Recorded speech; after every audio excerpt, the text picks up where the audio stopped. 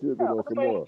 Well, I seen him there, and then when I moved, from Hawthorne Suge Knight, yeah. to Westchester, you know, that whole 99th Street was motherfucking NWA.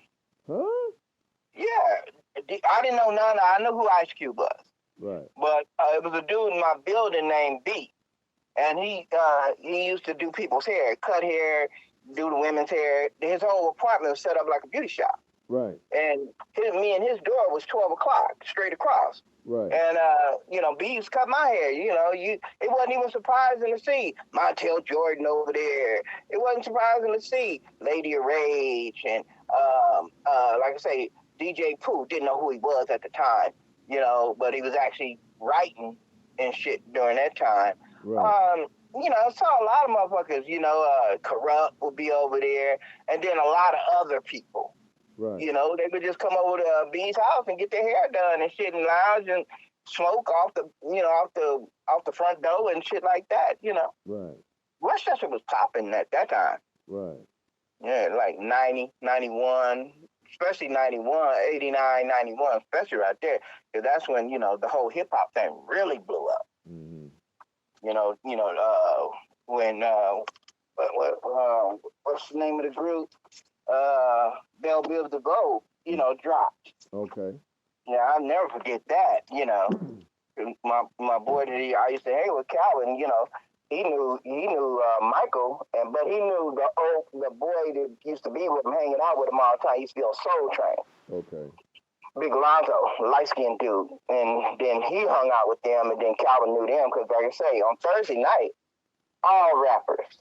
I don't care where you came from, no matter what you did. Mm-hmm. You might be in LA for a week, but it was mandatory for you to go to Paradise 24 on Thursday. Okay. You know what I'm saying? All of us represented from our little neighborhood over there, 85th, all up there, all in Manchester. At that time, it was no main streets. Okay. That I knew of. Okay. There was no main street. You just had Hoover Crips, and it wasn't 83rd Street Hoover and all that old shit. You just had Hoover Crips. Now, they might have small pockets of entities I wasn't familiar with. Right. But I grew up Hoover Crips. Okay. I grew up in a time where there was Crips, and then Hoover was a splinter of Crips. Okay. In my day, my first onslaught conversation was not with Bloods or Swans. At that time, they were called Sloths and Rubber Bands. Okay. I grew up in the infancy of gangbanging. Right. Man. But yeah, if there's anybody in that world rapping all that shit, Paradise, you was at Paradise on Thursday night, guaranteed. Nothing to talk about. But you tell me you had them hell of an Elder Bar stories, boy. Them Elder Bar stories is like, man, that's legendary, man. Hey, he put his pants on just like I put my pants on. Only different is his probably had lining in it, mine didn't. Well, how did you guys meet again? How did you and the Elder Bars meet again? At the club. You just saw you kicking it? Just two guys kicking it, talking. So who approached who? He approached you or you hollered at him first? I probably hollered at him first. Okay. Probably, I don't know. It was probably something that happened, and we was both there to see it, and made a comment about it, like, man, that bitch is fine, or something like that. What you do, and commonality brings two people together. Facts. Yeah, that's all. But you would, just commonality, things like that, like I say. And then when back in the day, like Paradise, you go there and it's like a clique thing, Right.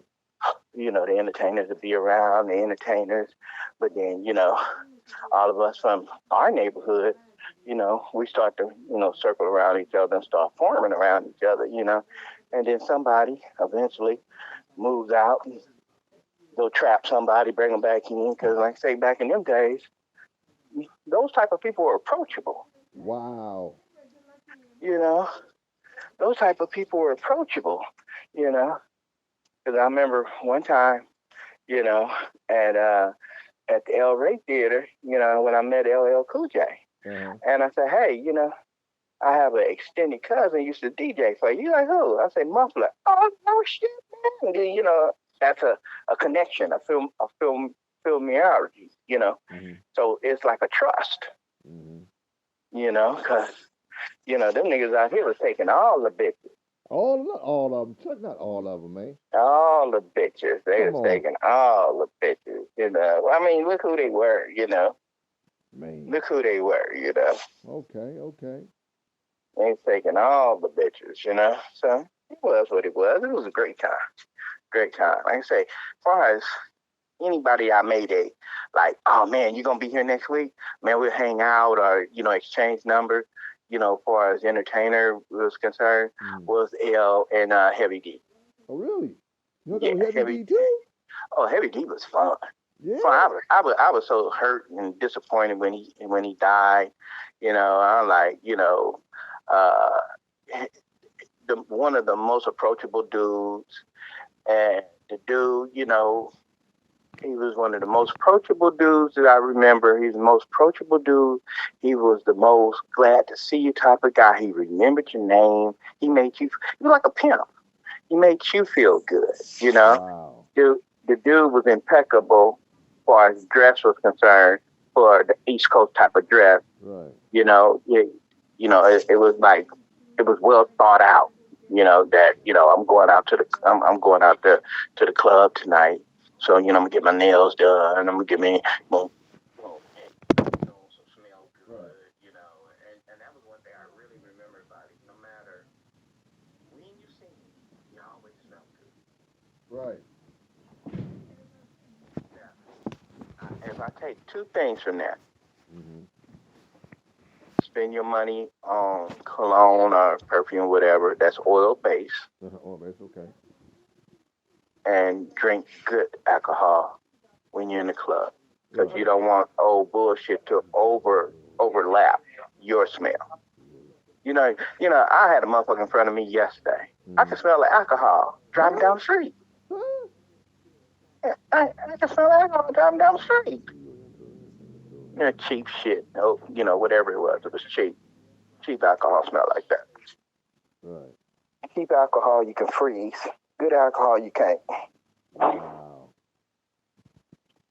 But yeah, those was a good times back in them days. What about, did you tell me you saw Queen Latifah a couple of times? What was it, Peanuts? Peanuts. Really? So yeah. Who all you saw at Peanuts that time? Her. You know what? I never even realized or noticed it, or should I say, I even cared that she was on pussy at the time. Her, MC Lyte,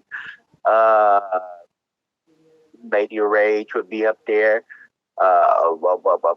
Moni, whatever her name was, but you know, I don't think she was on pussy. You know, even seeing, you know, interviews today, you know.